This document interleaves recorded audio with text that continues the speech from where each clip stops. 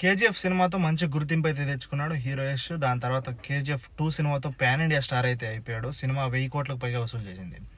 So దాని తర్వాత KGF 3 కూడా ఉంది అన్నట్లుగా డైరెక్టర్ అయితే చెప్పడం అయితే జరిగింది. సో కేజీఎఫ్ 3 ఎప్పుడు వస్తుందా అన్న క్యూరియాసిటీ ప్రతి ఒక్కరిలోనూ ఉండింది.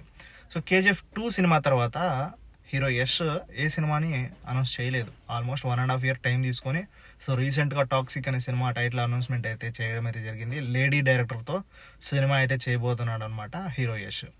సో ఇదంతా ఓకే, అంత బాగానే ఉంది. కానీ ఇప్పుడు ఏంటంటే కేజీఎఫ్ 3 సినిమాకి సంబంధించి అప్డేట్ ఏంటంటే, సో ఇప్పుడు ప్రశాంత్ నీల్ అయితే రీసెంట్గా సలార్ సినిమా కంప్లీట్ చేశాడు. అండ్ నెక్స్ట్ జూనియర్ ఎన్టీఆర్తో ఒక సినిమా అయితే ఉండబోతోంది. సో దాని తర్వాత సలార్ 2 కూడా ఉండబోతుంది కదా. సో ఈ 2 సినిమాలు కంప్లీట్ అయిన తర్వాతనే కేజీఎఫ్ 3 అయితే ఉండబోతుంది అనేసి సో డైరెక్టర్ ప్రశాంత్ నీల్ అయితే కన్ఫర్మ్ అయితే చేయడం అయితే జరిగిందనమాట. సో కేజీఎఫ్ 3 రావడానికి సో ఎంత లేదన్నా ఆల్మోస్ట్ 2.5-3 years టైం అయితే పడుతుంది.